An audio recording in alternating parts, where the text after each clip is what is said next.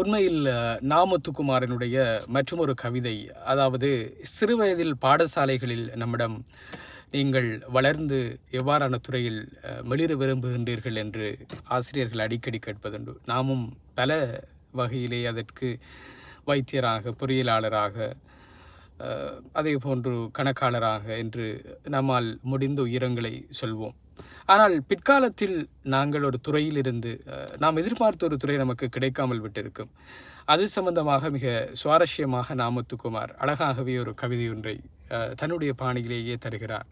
அந்த கவிதைக்கு அவர் இட்டிருக்கிற தலைப்பும் புதிரானது. 5ஆம் வகுப்பு ஆ பிரிவு என்ற முறையில் அந்த தலைப்பு தொடங்குகிறது. மழை பெய்யாத நாட்களிலும் மஞ்சள் குடையோடு வரும் திலகவதி டீச்சர் வகுப்பில் முதல் நாளன்று முன்பொரு முறை எங்களிடம் கேட்டார். படித்து முடித்ததும் என்ன ஆக போறீங்க? முதல் பெஞ்சை யாருக்கும் விட்டு தராத கவிதாவும் வனிதாவும் டாக்டர் என்றார்கள் கோரஸாக.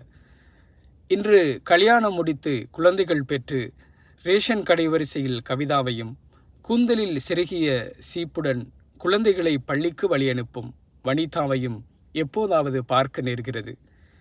இன்ஜினியராகப் போகிறேன் என்ற எல். சுரேஷ்குமார் பாதியில் கோட்டடித்து பட்டுத்தறி நெய்ய போய்விட்டான். எங்கள் அப்பாவுடைய இரும்பு கடையை பார்த்துப்பேன் கடைசி பெஞ்சி என் ராஜேஷ் சொன்னபோது எல்லோருமே சிரித்தார்கள். இன்று அவன் நியூஜெர்சியில் மருத்துவராக பணியாற்றியபடி நுண்ணுயிரில் ஆராய்கின்றான். ஃப்ளைட் ஓட்டுவேன் என்று சொல்லி ஆச்சரியங்களில் எங்களை தள்ளிய அகஸ்டின் செல்லபாபு TNPSC தேர்வெழுதி கடைநிலை ஊழியனானான். அணுசக்தி விஞ்ஞானியாவேன் என்ற நான் திரைப்பட பாடல்கள் எழுதி கொண்டிருக்கின்றேன்.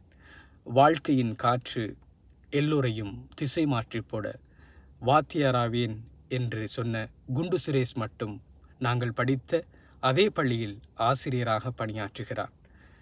நினைச்ச வேலையே செய்கிற எப்படி இருக்கு மாப்பிள என்றேன். சாக் பீஸ் துகள் படித்த விரல்களால் என் கையை பிடித்து படித்து முடித்ததும் என்ன ஆக போறீங்கன்னு என் மாணவர்களிடம் நான் கேட்பதே இல்லை என்றான்.